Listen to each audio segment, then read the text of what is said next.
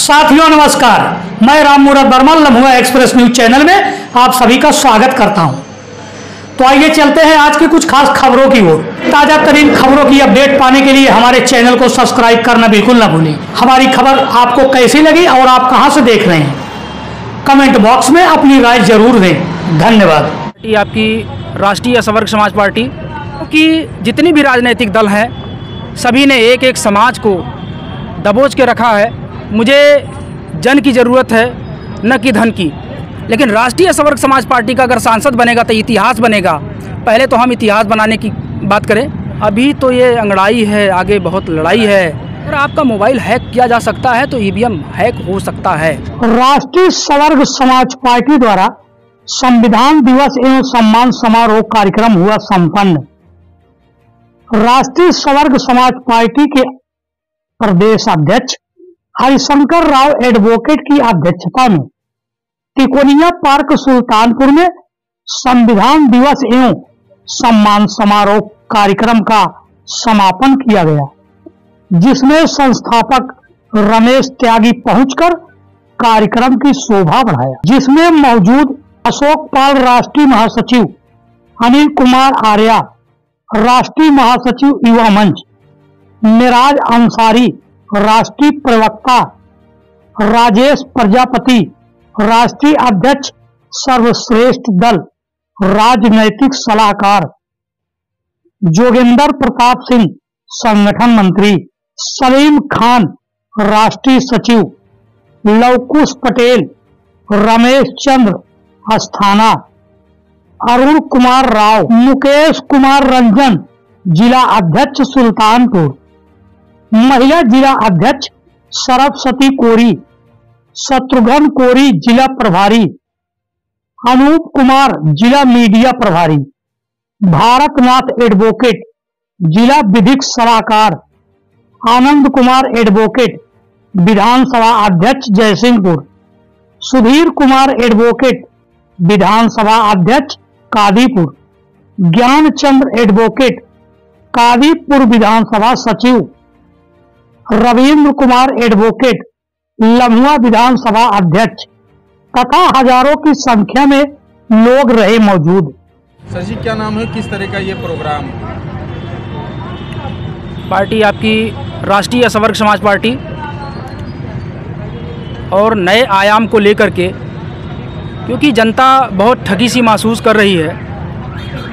और राष्ट्रीय सवर्ग समाज पार्टी का मतलब राष्ट्र हित में काम करना, सवर्ग सभी वर्ग, सभी समाज, सभी जाति, सभी धर्म को लेकर के चलने की ये जो बीड़ा हम लोगों ने उठाया है, इसमें जन जन का सहयोग मिल रहा है। क्योंकि जितनी भी राजनीतिक दल हैं सभी ने एक एक समाज को दबोच के रखा है और उस दबोच कर रखने वाले दलदल से सभी समाज को निकाल करके एक नए राष्ट्र का निर्माण करने की ये पूरी मुहिम हमारी है। और जितने भी समाज के लोग हमारे आपके साथ जुड़ेंगे, मुझे जन की ज़रूरत है न कि धन की। क्योंकि जो बाहुबली होगा वो धन पे और गरीबों को, क्योंकि वो अपने धन को दिखा करके गरीबों को ठगने का काम जो करते हैं, मैं ऐसे लोगों को इस देश से उखाड़ करके फेंकने का काम करूंगा। क्योंकि जनता 80 से 85% जो गरीब जनता है, मैं उनके हक और अधिकार की लड़ाई लड़ने के लिए तैयार हूं। और इसके लिए चाहे जो भी करना पड़े, हम अपने दल बल के साथ 24 घंटे सातों दिन तैयार हैं। और सबसे बड़ी बात है, जो हमारे मीडिया बंधु हैं, अगर जिस दिन ये सच्चाई दिखाना स्टार्ट कर दें, इन चोरों को तो उखाड़ फेंका जा सकता है। लेकिन होता क्या है, सब लोग चाटुकारिता में चले जा रहे हैं। इस चाटुकारिता से बचने का काम करिए। धन्यवाद। क्या सर, ऐसे क्या मुद्दे हैं इस पार्टी के, क्या मुद्दे लेके देखिए, 2024 का मुद्दा हमारा ये है, 2024 में जो भी राजनीतिक दल हैं, जो पुराने राजनीतिक दल हैं, अगर उनका सांसद बनता है तो सिर्फ सांसद बनेगा। लेकिन राष्ट्रीय सवर्ग समाज पार्टी का अगर सांसद बनेगा तो इतिहास बनेगा। पहले तो हम इतिहास बनाने की बात करें। दूसरी चीज़, अब रोजगार की बात आती है, स्वास्थ्य की बात आती है, शिक्षा की बात आती है। क्योंकि गरीब ठगा सा महसूस कर रहा है। क्योंकि ये गरीबों का दल है, जिसे गरीब बोलते हैं, और 85% समाज गरीब है। वो किसी भी जाति और धर्म से हो सकता है। बोलिए महोदय जी, जैसे कि छोटी छोटी पार्टियां बना के जी जी, क्या समाज का नुकसान नहीं किया जा रहा है? एकदम कतई नहीं समाज का नुकसान हो रहा है। इसलिए कि जब आप किसी, जैसे आज के डेट में मीडिया में कितने हैं, लाखों लोग हैं, तो क्यों हैं? मैं भी तो सवाल पूछ रहा हूँ ना। लेकिन जो सहभागिता होती है कम हो जाती है ना। ऐसी कोई बात नहीं है सर। देखिए मैं बता दूं, विचारों की लड़ाई होती है। अगर आपके विचार बेहतर होंगे तो जो बेहतर लोग होंगे, विचारधारा अच्छी होगी, वो आपके साथ जुड़ेंगे। आज सुल्तानपुर की धरती पे आए हैं, आपको देख रहे हैं कि सैकड़ों की संख्या से भी कम नज़र आ रही है, इसका क्या? मान्यवर, अभी मेरा पहला कार्यक्रम है। 2023 में हम निर्वाचन आयोग से आए हुए हैं और अभी तो ये अंगड़ाई है, आगे बहुत लड़ाई है। ये मिशन मेरा 2024 1 करोड़ लोगों तक पहुंचना है। ये मैं संभव करके दिखा दूंगा, क्योंकि 1 साल अंत में मिलेगा 2024 के अंत तक, तो मेरे पास 1 करोड़ की जनसंख्या होगी। ये मैं साबित कर दूंगा। आपने अभी चोर शब्द का उपयोग किया कुछ समय पहले। चोर है वो चोर? देखिए समाज है ये, समाज में तमाम लोग हैं, हर तरह के लोग हैं। चोर किसी को डायरेक्ट नहीं कहा जा सकता, कोई, लेकिन एक कोई होगा ना भावना, बात को समझने का प्रयास करिए। वो भावना होती है। जब आप राजनीति में आता, कोई भी हो, किसी क्षेत्र में जाता है, समाज के काम करने के लिए जाता है, आप 1 साल बाद भी मिलेंगे तो मैं जिस तरह हूँ ऐसे ही मिलूँगा, क्योंकि हम सिर्फ समाज जोड़ने चले हैं, तोड़ने नहीं। जिन लोगों ने प्रलोभन दिया है, चोर का मतलब है आप ठगा सा खुद महसूस कर रहे हैं, क्योंकि आज बेरोजगारी है।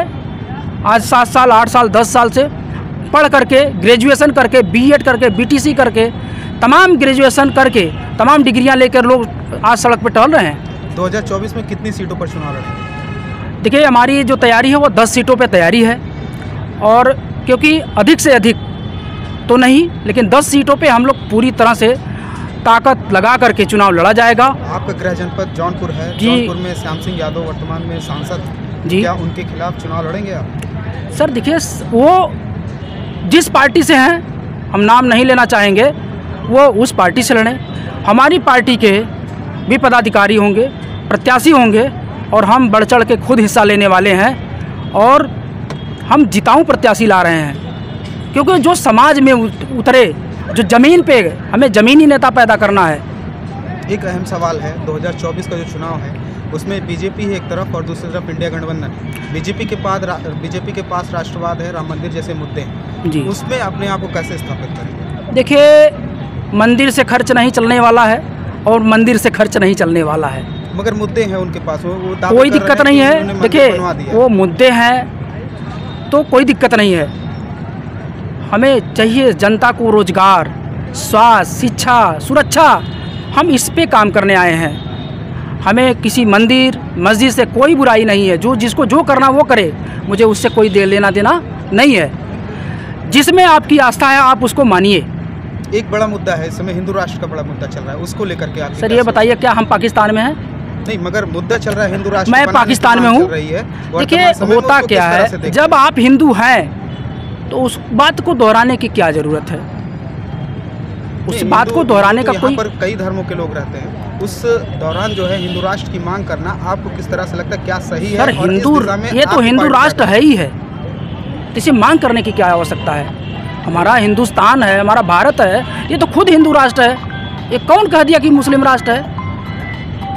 अगर हिंदू राष्ट्र है तो फिर और भी धर्मों के लोग यहाँ रहते हैं, क्या वो सभी हिंदू हैं? देखिए अच्छा ये बताइए, ये सदियों से चला आ रहा है। जो चीज़ सदियों से चला आ रहा है, अब उसमें हम तोड़ मटोड़ कर रहे हैं, तो ये मेरी गलती है। संविधान कहता है जी कि ये कोई विशेष धर्म विशेष का राष्ट्र नहीं जी, तो आप कहना हिंदू राष्ट्र है, अटपटी लग रही बात है। देखिए हिंदू राष्ट्र, यही तो मांग हो रही है ना, तो ऑलरेडी हिंदू राष्ट्र जायज़ है, एकदम जायज़ है। चलिए ठीक। ईवीएम को लेकर के क्या आपका नज़रिया? अगर मोबाइल हैक किया जा सकता है, मोबाइल एक छोटा सा यंत्र आपके हाथ में है, वो हैक किया जा सकता है। अगर अदर लोग, मैं चैलेंज कर रहा हूँ, अगर भारतीय जनता पार्टी हो या निर्वाचन आयोग हो, उस पर अगर उनको ये लगता है कि नहीं हम सही काम कर रहे हैं तो करें, अन्यथा अगर जनता मांग रही है ये, क्योंकि जनता की मांग भी है, नेताओं की नहीं मांग है, क्योंकि अभी तो हम चुनाव लड़ने जाएंगे, अभी हम ईवीएम में घुसेंगे भी, हम बैलेट पेपर भी आएंगे, वो समय भी आ रहा है। तो उस समय का जो दौर होगा हम उसके पक्ष में बात करेंगे। हार जाएंगे तो फिर कहेंगे ईवीएम हैक हो गई। नहीं सर, देखिए ईवीएम मुझे नहीं हैक कर पाएगी, ईवीएम मुझे नहीं हैक कर पाएगी। उसका रीज़न मैं बता दूंगा आपको। अगर आपका मोबाइल हैक किया जा सकता है तो ईवीएम हैक हो सकता है, ये कन्फर्म है। चुनाव आयोग को कह रहा है ईवीएम हैक नहीं होती, तो अगर चुनाव आयोग कर रहा है तो नहीं होगा टेम्पर प्रूफ है भाई तो उनके हाथ में है ना, हमारे आपके हाथ में, आपका मोबाइल आपके हाथ में। अभी हाल ही में चुनाव बीते, उसमें आरोप लगे, आपने भी देखा हो।